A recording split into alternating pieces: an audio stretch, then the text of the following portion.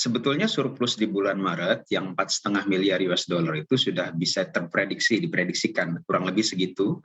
Ini karena sejalan setelah adanya konflik, tadi harga komoditas yang sebetulnya sudah mulai meningkat sejak kuartal keempat tahun yang lalu, ini makin spiking, makin lonjakannya makin besar ya.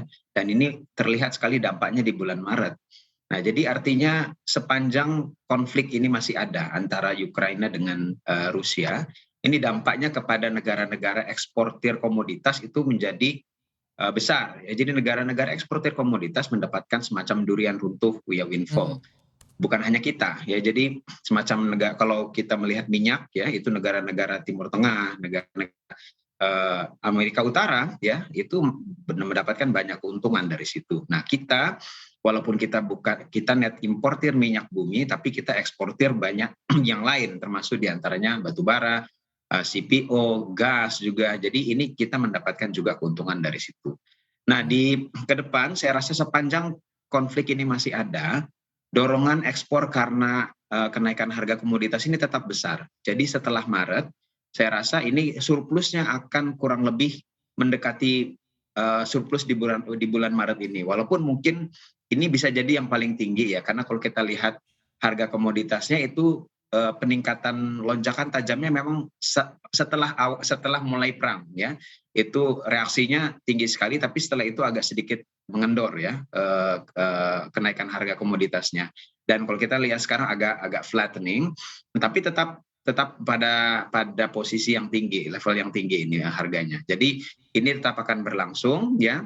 Tapi untuk memprediksikan lebih jauh dari itu, ini tentu saja akan sangat bergantung pada dinamika perang itu sendiri. Begitu perang itu sudah menunjukkan tanda-tanda berakhir, saya rasa ini juga mulai diikuti dengan penurunan harga komoditas, sehingga ekspor kita juga akan mengalami penurunan dari sisi kecepatan pertambahannya ya. Jadi, tapi artinya kalau kita bandingkan dengan impor bukan berarti lantas menjadi defisit ya. Tetap ada surplus, tapi surplusnya saya rasa akan sudah menyempit ya. Dan itu kemungkinan prediksi saya akan terjadi di semester kedua. Nah, jadi sepanjang tahun 2022 kita tetap akan menikmati surplus yang besar ya. Walaupun mungkin untuk mencapai rekor surplus di tahun 2021 yang lalu agak susah. Oke, tapi ketika kita melihat, menurut Anda sehat tidak dengan surplusnya yang sangat tinggi ditopang oleh kinerja ekspor yang ditopang juga oleh kenaikan harga komoditas. Tapi di satu sisi sebenarnya pemerintah juga melarang begitu ya untuk ekspor raw material secara atau bahan baku mentah.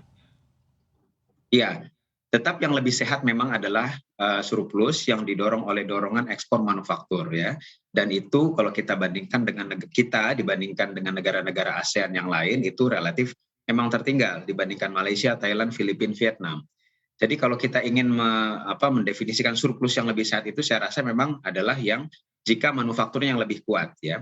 Tapi memang di saat-saat krisis, di saat-saat ada konflik geopolitik seperti sekarang, yang naik itu justru adalah yang komoditas. Tapi kita tahu bahwa dari sejarah, kalau kita menengok ke belakang, ini tidak akan bertahan lama. Kita pernah juga mengalami surplus yang disebabkan booming komoditas itu di 2010-2011 setelah global financial crisis ya.